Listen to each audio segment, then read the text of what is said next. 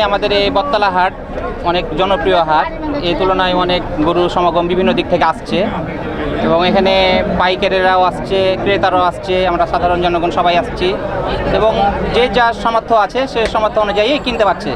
আর নিরাপত্তার প্রহরীর দিক দিয়ে যদি বলেন তাহলে যথেষ্ট পরিমাণে সরকার প্রোটেকশন দিয়েছে, আমরা দেখতে পাচ্ছি। তো আশা করা যায় এবার ঈদটা আমাদের ভালোই যাবে। এখানে গত বছরের তুলনায় এবছর গরুর সংখ্যাও ভালো আছে, এমনকি প্রচুর গরু নেমেছে। আর আমাদের গত বছর বটতলা হাটের যে বিশৃঙ্খলাতে ছিল, এবছর প্রশাসন খুব ভালো উদ্যোগ নিয়েছে প্রশাসনের দিক থেকে, যেমন পুলিশ মোতায়েন আছে, আনসার বাহিনী মোতায়েন আছে। এমনকি দেখা গেল যে হাটের ইজাদারা যারা আছে ইনারা আরও একটা বড় পদক্ষেপ নিয়েছে, সেটা হলো জাল টাকা। সেই জাল টাকা গত বছর হয়তো বিভিন্ন জায়গায় জাল টাকা প্রচলন ছিল, এই বছর তারা নিজেরাই উদ্যোগ নিয়েছে। সেই জায়গা থেকে ক্রেতারা খুব ভালো স্বাচ্ছন্দ্যে গরু কিনছে, দাম দর করছে। এমনকি গত বছরের তুলনায় এই বছর গরুর দামগুলো একটু বেশি থাকার কারণেও কিন্তু গরু কিনছে, সবাই আনন্দমুখর পরিবেশ নিয়ে গরু কিনছে। বটতলা পশু হাট, কয়েক হাট আগের তুলনায় গরু আজকে বেশি আছে এবং বেচা কিনা হইতেছে। ব্যাংকের লোক জাল টাকা শনাক্ত করার জন্য আছে, পশু ডাক্তারেরা আছে, তারা সর্বক্ষণে চেক আপ করে দিছে যারা বকন গরু কিনছে এবং প্রশাসনিক সহযোগিতা আছে। তারা পুলিশ প্রশাসন এখানে যেন ছিনতাই বা কোনো অকারণ না ঘটে সেই জন্যে পুলিশ প্রশাসন সহযোগিতা যথেষ্ট তারা ঘুরতেছে এবং দেখতেছে। গরু আজকে যে হাটে গরু আছে তাদের মোটামুটি 1000-2 গরু হবে আনুমানিক।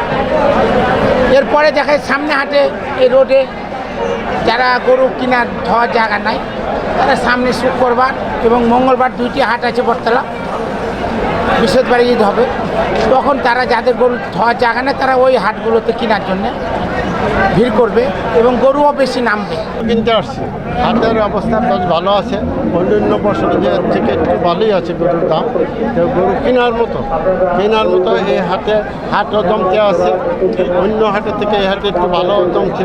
আর এই হাটের নিরাপত্তা ভালো আছে, যে কোনো সমস্যা নেই, যে কোনো মানুষ যে কোনো জায়গায় তাইসা গরু কেনা বেচা করতে পারে, কোনো সমস্যা হবে। আর আমরা পাশের বাড়ি আমরা কিনতে আসি, এই গরুটা দেখছি ভালো, দেখি ইনশাল্লাহ হয়ে যাবে। এবার গরুর দাম সীমিত হয়ে আছে, কেনার মতন সাধ্য। আমিও কিনতে আসছি, দামে দরে হয়তো আমিও কিনবো। ছোট বড় সব রকমই গরু পাওয়া যায় এখানে, সব ধরনেরই। নিরাপত্তা ভালো আছে, গরু আছে যথেষ্ট পরিমাণ, প্রচুর গরু আছে, কিন্তু গরুটার দাম কষাকষি হচ্ছে মনে করেন, একটু বেশি চাচ্ছে, আমরা কম বলছি এই কারণে হচ্ছে না, তবে কিনা যাবে, সাধ্যের মধ্যে আছে আর কি। একটু সিকিউরিটি যেটুকু আছে মনে করেন এলাকায় আর একটু সিকিউরিটি বাড়ার দরকার হাতটা আছে কিছু, কিন্তু আরও সামনে তো আরও গ্যাঞ্জাম হবে, আরও সিকিউরিটি বাড়ালে ভালো হবে।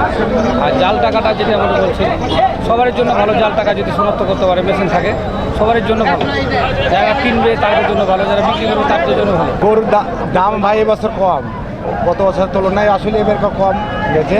খাদ্যের দাম বেশি, হ্যাঁ। আপনার যে খুদ ছিল আপনার 30 টাকা, 35 টাকা, 38 টাকা কিনতে হয়েছে। আপনার খোলোর দামও বেশি, যে সব মিললে আপনার গরুর দামটা এবার দাম হিসাবে আমি গরুর মূল্য পাচ্ছি না। নবগঞ্জ জেলায় কুরবানিযোগ্য গবাদি পশুর সংখ্যা 2,26,050টি। আমাদের চাহিদা রয়েছে 1,67,202টি। এবছরে আমাদের উদ্বৃত্ত রয়েছে 58,848টি। এই গবাদি পশুগুলো তৈরি করেছেন আমাদের 13,942 জন খামারি। তো আমরা এই পর্যায়ে মাঠ পর্যায়ে কাজ করতেছি। আমরা খামারিদের পরামর্শ দিচ্ছি যাতে তারা কোনো রকম স্টেরয়েড বা অন্য কোনো রকম প্রথায় না গিয়ে ন্যাচারাল যে খাবারগুলো সেগুলো খাওয়াই গবাদি পশুকে সুষ্ঠু সুন্দরভাবে আমাদের কোরবানির জন্য প্রস্তুত করে ফেলেছে অলরেডি। আশা করি তারা ভালোভাবে আমাদের এই কোরবানিটা সফলভাবে, যাতে আমরা আমাদের দেশীয় গরু এবং আমাদের যে ক্রস জাতের গরু রয়েছে আমাদের দেশে যেগুলো লালন পালন হচ্ছে আমরা সেগুলো দিয়ে সুন্দরভাবে কোরবানিটা শেষ করতে পারি। তা আমরা প্রতি বছরের ন্যায় এবারও প্রায় 30% উদ্বৃত্ত রয়েছে, যেটা আমাদের অন্যান্য জেলায় কভার করে দিবে।